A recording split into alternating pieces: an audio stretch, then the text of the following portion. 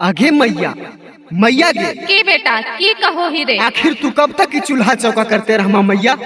एगो बात कहियो मैया, की बेटा बोल। हमर शादी कर दे मैया। पुतहिया तो कम से कम गरम गरम खिलेतो तो।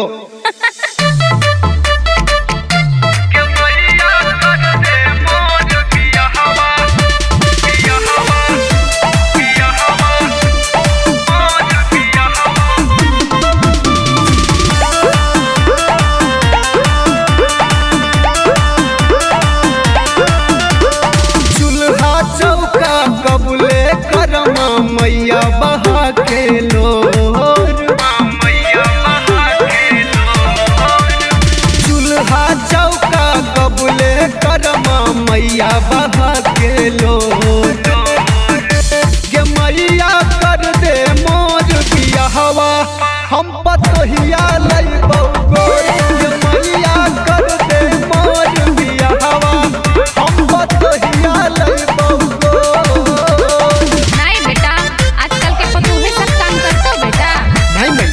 करतो मैया।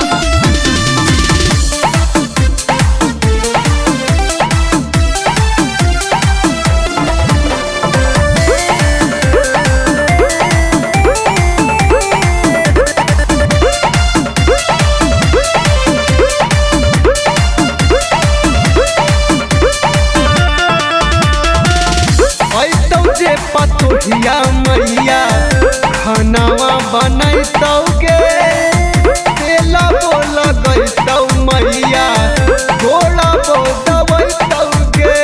जेकर नसीब अच्छा रहते ओकरे पुतु ना अच्छा मिलते बेटा। ऐतौ जे पुतहिया मैया खाना बनैतौ गे, तेला बोल गैतौ मैया, घोड़ा बोलतौ गे। हे लगन में शादी कराई दे, माथे पहनाई दे मोर। हे लगन में शादी कराई दे, माथे पहनाई दे मोर।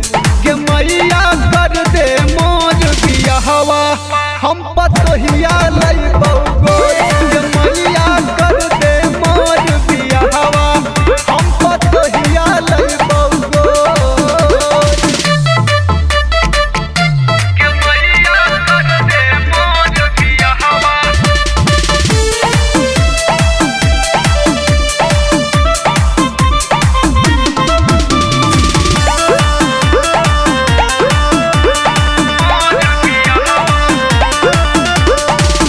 जे तू कहम ही मानतौ मैया, सभे तोर बात गे। शादी करे के मन करे, साज दे बारात गे। ठीक हो बेटा, और शादी अगला साल करवा देबो।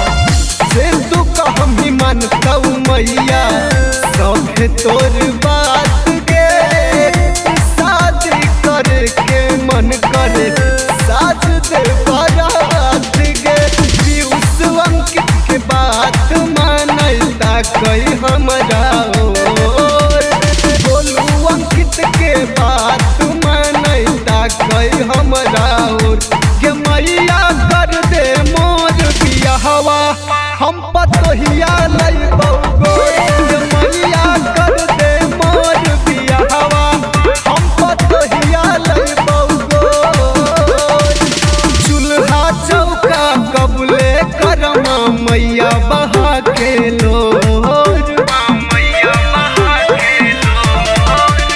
चूल्हा चौका कबूले करमा मैया बहा के लोर।